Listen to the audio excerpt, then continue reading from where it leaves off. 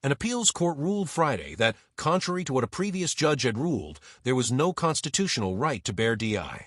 According to Reuters, the Fourth U.S. Circuit Court of Appeals based in Richmond, Virginia sided with President Donald Trump and his administration, positing that a ban on diversity, equity, and inclusion programs ordered by the White House was likely constitutional. While the ruling from the court was a mixed blessing, two of the three judges also wrote a separate opinion that DI policies aren't unconstitutional. The move means that the administration can move forward with a suite of programs that would end programs at federal agencies and entities which receive federal funds. This is a difficult case that will benefit from more sustained attention than we can give it in the present posture, wrote Judge Pamela Harris, who was appointed to the bench by former President Barack Obama, according to the Wall Street Journal. But for now, I believe the government has shown a sufficient likelihood of success to warrant a stay until we can hear and decide its appeal.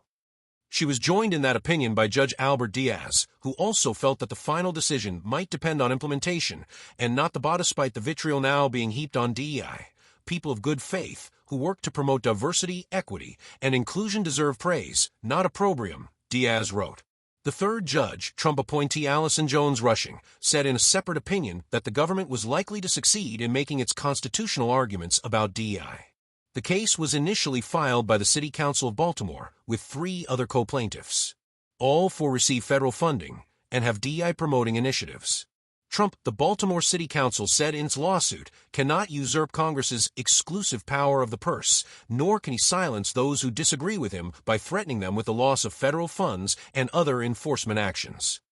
Biden appointee Judge Adam Abelson of the U.S. District Court for the District of Maryland agreed in February, writing that the orders may violate the First AM. As plaintiffs put it, efforts to foster inclusion have been widespread and uncontroversially legal for decades, Abelson wrote in his decision, according to Reuters. Plaintiffs' irreparable harms include widespread chilling of unquestionably protected speech. Deputy White House Chief of Staff Stephen Miller argued that DEI programs violate the Civil Rights Act by illegally discriminating against individuals to promote women and minorities. A judge cannot nullify the Civil Rights Act and order the government to award federal taxpayer dollars to organizations that discriminate based on race, Miller said at the time. The Fourth Circuit's findings seem to indicate that court didn't buy the First Amendment defense. In addition, Rushing's opinion said that policy preferences on the court have little to do with the lawfulness or constitutionality of Executive A judge's opinion that DEI programs deserve praise, not opprobrium, should play absolutely no part in deciding this case, Rushing wrote. However, the decision would only allow the administration to temporarily implement its ban on the programs. The lower court's decision will remain in place pending the outcome of the Trump administration's appeal,